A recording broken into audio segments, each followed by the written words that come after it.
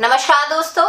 अभी कुछ दिनों पहले मैंने एक वीडियो जो थी वह बनाई थी जो कि रिलेटेड थी कि भाई आईएएस की सैलरी जो कि स्टार्टिंग होती है वो तो 56,100 होती है, लेकिन कैसे जो है वो कुछ ही साल में वो 100 करोड़ की प्रॉपर्टी बना लेता है। इवन कुछ लोगों ने तो कमेंट वहां पर किया कि मैडम 100 करोड़ तो आप कम बोल रहे हो, आईएएस अधिकारी के पास तो 200 करोड़ 500 करोड़, इवन कुछ तो बच्चे बोल रहे थे कि मैडम हजार करोड़ की जो है वो प्रॉपर्टीज होती है। तो यहाँ पे कुछ कमेंट मेरे पास आए थे बच्चों के कि मैम ये आप बोल तो रहे हो कि ये जो आईएएस अधिकारी है वो इतनी बड़ी प्रॉपर्टी जो है वो भ्रष्टाचार करके बना लेता है, लेकिन कैसे कैसे ये आईएएस अधिकारी जो है वो फ्रॉड करता है। तो आज के इस वीडियो में मैं आपको बताऊंगी कि आईएएस अधिकारी फ्रॉड करके इतनी बड़ी प्रॉपर्टी करोड़ में जो है वो कैसे बना लेता है। तो वीडियो को जो है वो पूरा देखेगा। तो देखिए, कुछ भी बताने से पहले कि भाई आईएएस अधिकारी जो है वो फ्रॉड कैसे करता है, आपको सबसे पहले ये जानना चाहिए कि भाई आईएएस अधिकारी जो है वो कार्य क्या करता है, तभी तो आपको पता चलेगा भाई कि वो फ्रॉड उन कार्यों में कैसे करेगा। ठीक है, तो सबसे पहले आपको ये जानना जरूरी है कि वो क्या कार्य करता है, किन किन आदेशों में उसके हस्ताक्षर की जो है वो जरूरत पड़ती है। तो सबसे पहले हम आपको बताते हैं कि आईएएस अधिकारी जो है वो कार्य क्या करता है। तो देखिए भाई, एक आईएएस अधिकारी अगर डीएम पद पर है, ठीक है, यानी कि डिस्ट्रिक्ट मजिस्ट्रेट है, तो नाम से ही समझ आ रहा है कि वो क्या है, डिस्ट्रिक्ट का मजिस्ट्रेट है, तो वो करेगा जिला प्रशासन का कार्य। ठीक है, अब इतने सारे जिले हैं, सब में एक क्या होगा, डीएम होगा, उसका प्रशासन कौन देखेगा, तो डिस्ट्रिक्ट मजिस्ट्रेट या जिला कलेक्टर जो है वो देखता है। तो सबसे पहला और महत्वपूर्ण कार्य जो एक कलेक्टर का होता है वो होता है जिला प्रशासन का। अब और क्या करता है अभी कि जो विभिन्न सरकारी विभाग होते हैं ना, जैसे कि अगर हम बात करें तो विभिन्न मंत्रालयों के अंदर विभाग आते हैं, उसमें नीति निर्माण का कार्य भी जो है वो एक आईएएस अधिकारी करता है। साथ ही साथ उनकी निगरानी का कार्य भी यही देखता है, उनके कार्यान्वयन का कार्य भी जो है वो एक आईएएस अधिकारी ही देखता है। और क्या भाई ये कार्य करता है, तो विभिन्न सरकारी योजनाएं आती हैं। ठीक है, जैसे कि आपको पता होगा कि केंद्र सरकार द्वारा विभिन्न योजनाएं जो है वो देश के हित के लिए, देश के विकास के लिए जो है वो बनाई जाती हैं। तो उन सब पर निगरानी कौन रखेगा, एक जिले में ये आईएएस अधिकारी जो है वो रखता है। तो विभिन्न जो सरकारी योजनाएं हैं उन पर निगरानी रखना, साथ ही साथ मूल्यांकन करना, ये सब जो है वो एक आईएएस अधिकारी देखता है। और क्या करता है भाई, विकास परियोजनाएं जो केंद्र सरकार द्वारा, जैसे कि मैंने आपको थोड़ी देर पहले ही बताया कि देश के विकास के लिए जो विकास परियोजनाएं लाती है उसका कार्यान्वयन भी जो है वो एक आईएएस अधिकारी ही देखता है। क्योंकि देखिए भाई,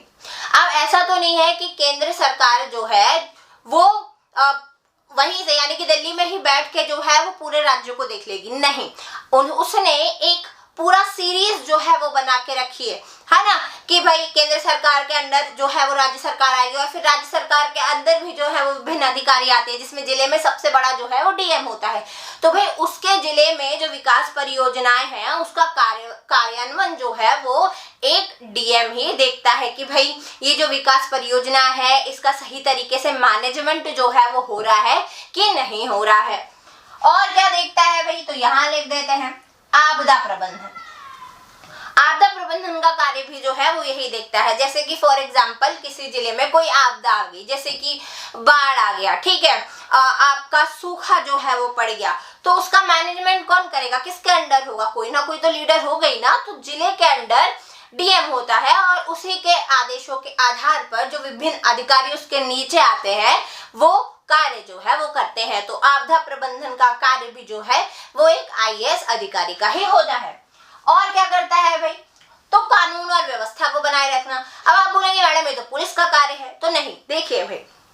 चूंकि एक डीएम जो है वो जिले में सबसे बड़ा होता है, तो जरूर कानून व्यवस्था को देखना एक पुलिस का कार्य है और उसमें सबसे बड़ा आईपीएस होगा, लेकिन ये दोनों एक दूसरे के साथ कॉर्पोरेट करके जो है वो चलते हैं, है ना। आपने देखा होगा विभिन्न जैसे कि कोई इवेंट्स हो रहे हैं, है ना, या फिर विभिन्न कार्यक्रम कार्यक्रम जो है वो हो रहे हैं, वहां पे आईएएस अधिकारी भी आता है और आईपीएस अधिकारी भी आता है। तो कहने का मतलब ये है कि आईपीएस अधिकारी डीएम से कॉर्पोरेट करके जो है वो विभिन्न कार्यों को कानून व्यवस्था से संबंधित देखता है। तो कानून और व्यवस्था बनाए रखने में भी इसका महत्वपूर्ण कार्य होता है। तो मैंने आपको विभिन्न प्रकार के कार्य जो है वो एक आईएएस अधिकारी के बता दिए कि ये कार्य जो है वो आईएएस अधिकारी करता है। अब मैं आपको बताती हूँ कि कौन कौन से कार्यों में इसके हस्ताक्षर की जो है वो आवश्यकता पड़ती है। ठीक है, कार्य तो आपने जान लिए, तो अब आप ये भी जान लो कि इसके हस्ताक्षर जो है वो कहाँ कहाँ लगते हैं। तो जैसे कि मैंने आपको विभिन्न कार्य बताए, ठीक है, अब हस्ताक्षर भी और आदेश भी उन्हीं कार्यों से संबंधित है। तो सबसे पहले अगर हम बात करें तो इसके हस्ताक्षर जो लगते हैं,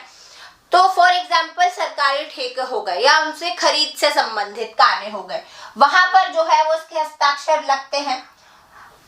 अगर हम बात करें लाइसेंस संबंधी, ठीक है, अब देखिए भाई यहाँ पर ये जो डीएम है वो डायरेक्टली कंट्रोल नहीं करता है इन चीजों को, कार्यों को, ठीक है, जैसे लाइसेंस संबंधित, ठेके संबंधित, उसके हस्ताक्षर जो है इस पूरी कहना चाहिए सीरीज में, जैसे कि मैंने आपको बताया ना कि सबसे पहले डीएम होता है, फिर उसके अंडर एक अधिकारी और होगा, जैसे फॉर एग्जांपल स्टेट पीसीएस का अधिकारी हो गया, फिर उसके अंडर एक और अधिकारी होगा, फिर और अंडर अधिकारी होगा। तो विभिन्न विभागों से संबंधित अलग अलग अधिकारी जो है उसके अंडर आते हैं, और अगर कोई कार्य हो रहा होता है तो वह डिफरेंट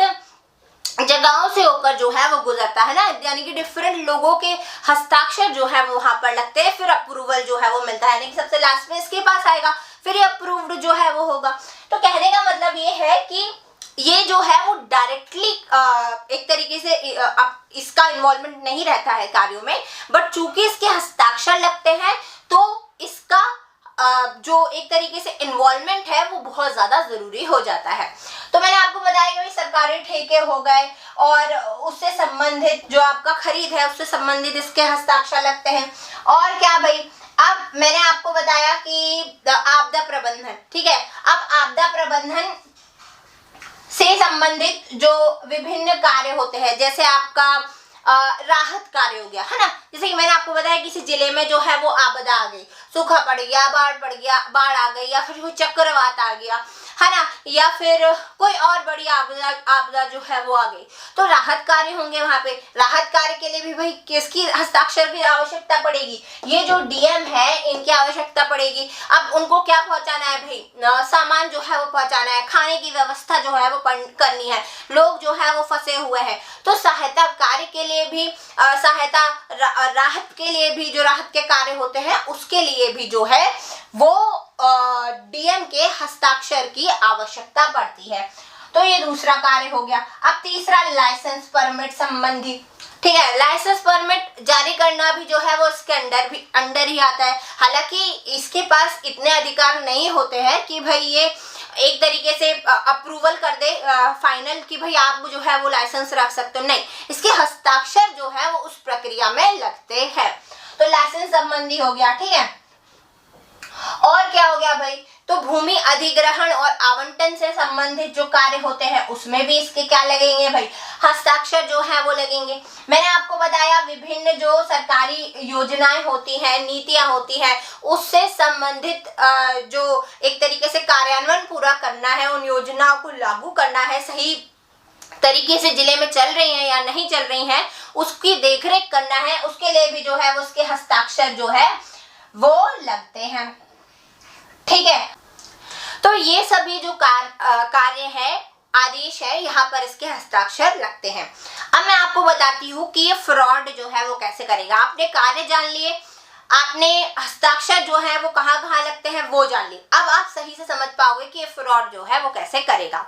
तो देखिए भाई, जब भी किसी इंसान के पास इतनी सारी जो है वो शक्तियां होती हैं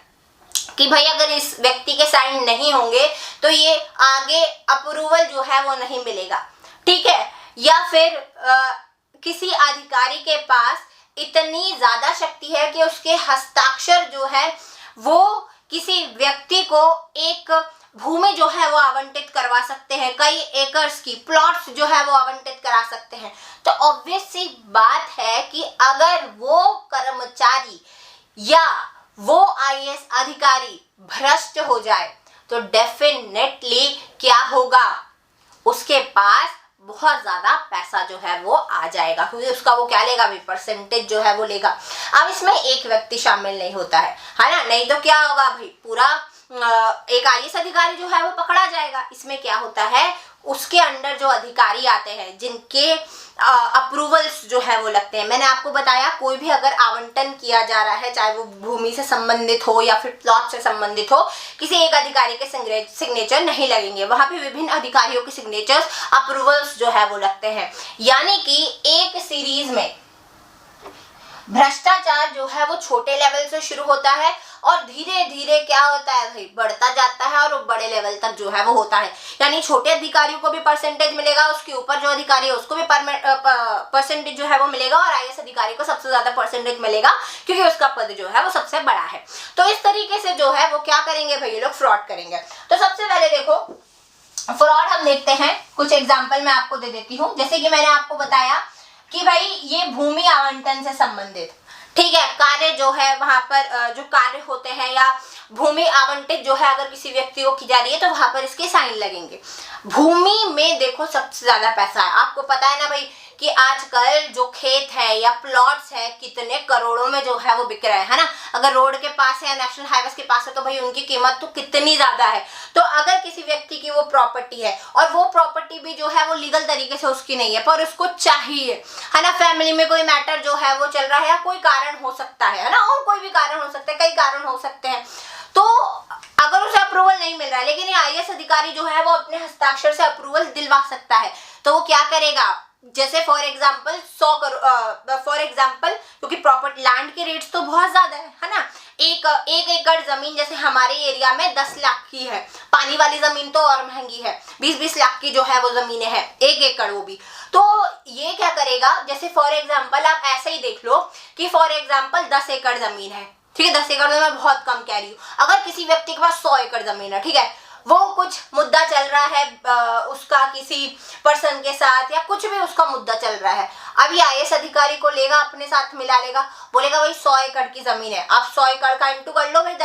10 लाख से, क्योंकि 1 एकड़ क्या 10 लाख हम मिनिमम ही लेके चल रहे हैं, ठीक है, 1 एकड़ 10 लाख तो 100 एकड़ से आप 10 लाख को इंटू करो, कितना ज्यादा अमाउंट जो है वो हो जाएगा। अब इसमें से अगर एक आईएएस अधिकारी को 25% अमाउंट भी मिल जाता है तो आप सोचिए ना कितने करोड़ की प्रॉपर्टी उसके पास हो गई,